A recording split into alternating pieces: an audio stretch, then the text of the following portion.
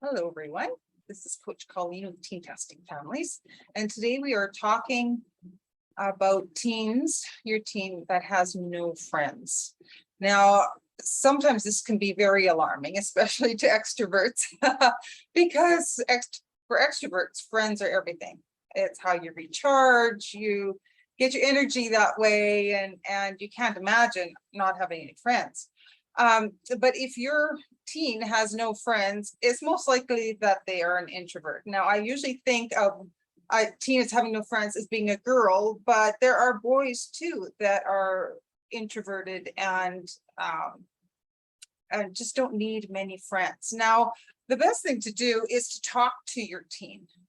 Find out why they have, like, even if they want friends, sometimes they're happy just with family, the school friends they do have, they don't mind being alone more. So talk to your team, ask them questions, let them know ahead of time that if they don't want any friends, if they are happy the way things are, just let them know that, hey, I'm okay with that. I just want to find out where you're at so I can support you.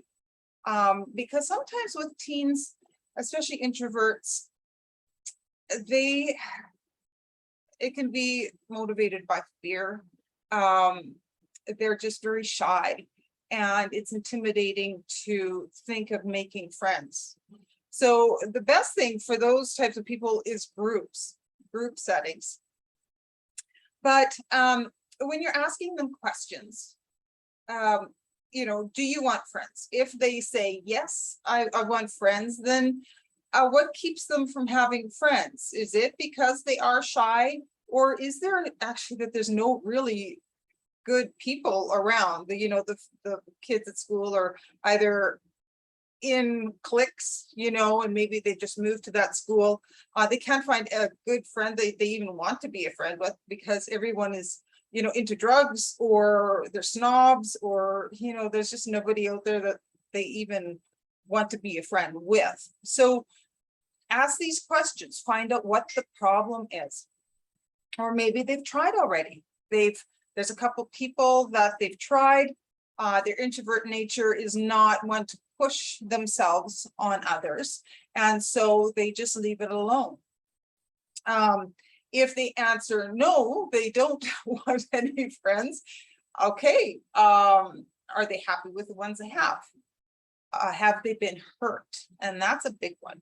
If you've been a friend with somebody and they've hurt you, then you're going to be that much more timid and reserved to making another friend and entrusting yourself to that, to be hurt again. Let's face it, we all do that, right? Again, that might be a fact that there's nobody nice that they even want to be a friend with, so they don't want to be friends. Or again, maybe it's fear, which can come from being hurt. But it could be just a fear of new situations, a fear of, what if we decide to go to the mall and I don't want to be there? They might have a fear of getting into a situation where they feel unsafe. If some friends at school are really loud and boisterous, they want nothing to do with that because they don't feel safe. And so we need to respect those feelings of our kids. If they are more of a timid teen, find out what makes them feel safe. If they do want to have some friends, groups, like I said, are a great way to start. You could even do this with your teen, go volunteer somewhere, even at the library. They might have spots where, or even tutoring. If you are on the end of giving help to someone, so if your teen is really smart, even though they're shy, if they help somebody else and it's them teaching this other person, it puts them in the knowledgeable. It gives them a one-up a little bit on the other person, just because they are helping them and they're not at the receiving end. And so that can be a big help as well. You can help them get a job. Just the feeling of working with others to produce a product, even serve a hamburger.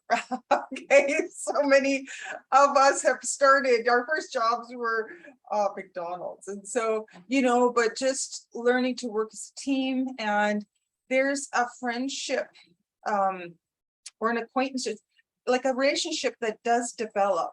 And then sometimes at Christmas, there might be a Christmas party or something, and you already know these people from work. So that can actually be a good way to make friends and earn some money.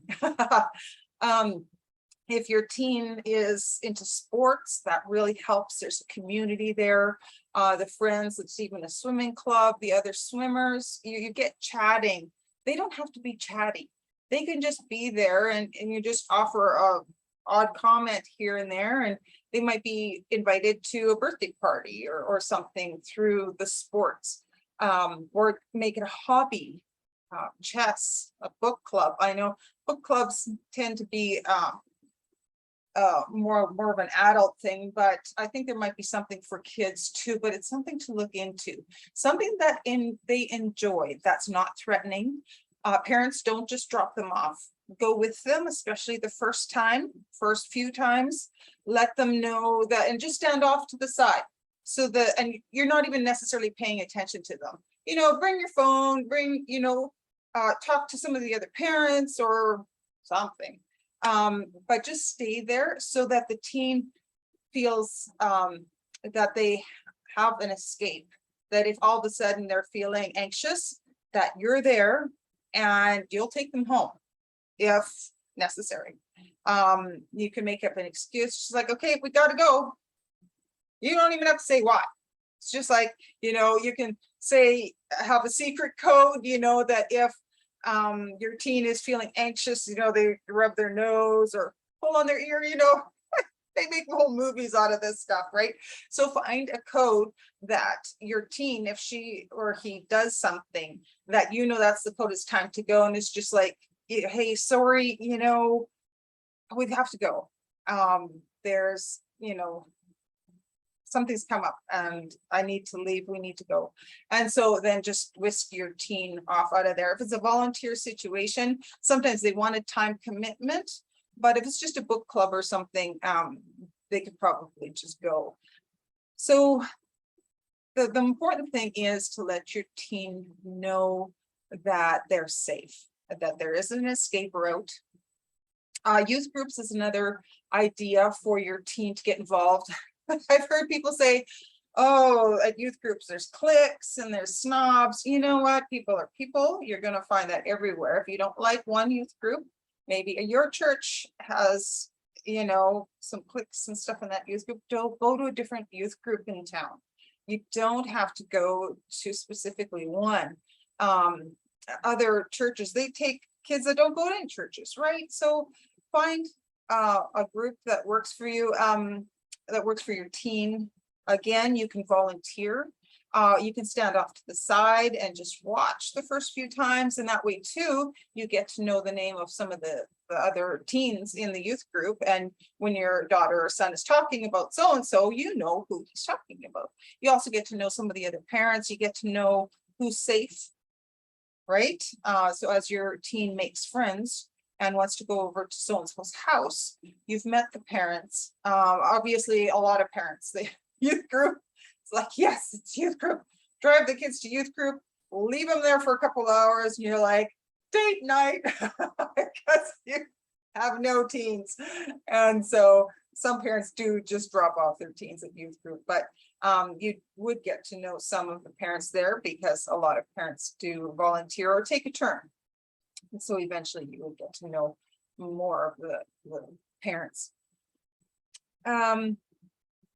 Sometimes the teens are happy just to hang out with family. I know there was a time in my life, my mom died when I was 12. And so I did not want to go out with friends. I actually kind of hung out with my sister. She was 3 years older than me. And, she didn't always want me around, but she was very kind during that time and let me hang out with her and her friends. It was a little awkward because they're 3 years older than me. And there were some things they said and did and giggled and stuff. And I'm like, this is dumb. But It gave me a feeling of safety. And for some kids, there might be just even a time in their life, like maybe a year or two, where they're just feeling very insecure. Young teens, probably between 12 and 15, you could run into that, that they are insecure, depending on the personality of your teen. And so just ask them what they need. Find out what makes them feel safe. Don't push them. If they are afraid to make friends, just offer to go with them if they want. If they hear of something they want to attend, tell them, let me know. And I'll go with you. Like, I'll stand off in the corner. You won't even know I'm there. But if then you need to leave and you all of a sudden want to go, I'm there. And you may only have to do this for a time. And it won't be the rest of her or his life, or your life. It's usually just for a time of insecurity and stuff. So hope that helps, gives you some ideas. Some of these things are really learned in process, and it's a great process that we work through in one of my 90-day programs. If you are interested in that, please contact me at on my email, teentasticfamilies@gmail.com. That's teentastic, TEEN-tastic, TASTIC, families@gmail.com. I give out free 45-minute strategy sessions. We can have a chat what's going on with you, and see if one of my 90-day programs is a fit for you. Or you can just listen to the videos on YouTube. They're free. Just hit the subscribe button down below, and the notification button as well next to it, because I'll notify you when I have a new video that comes out. They're pretty much weekly. And so you just so that you don't miss one. But if you want more and help walking through certain situations, yeah, give me a shout. I'm also on Facebook. You can direct message me as well, and we can connect and chat on the strategy session and go from there. All right, you don't have to do this alone. There are those of us who would love to help you. All right, we'll see you next time.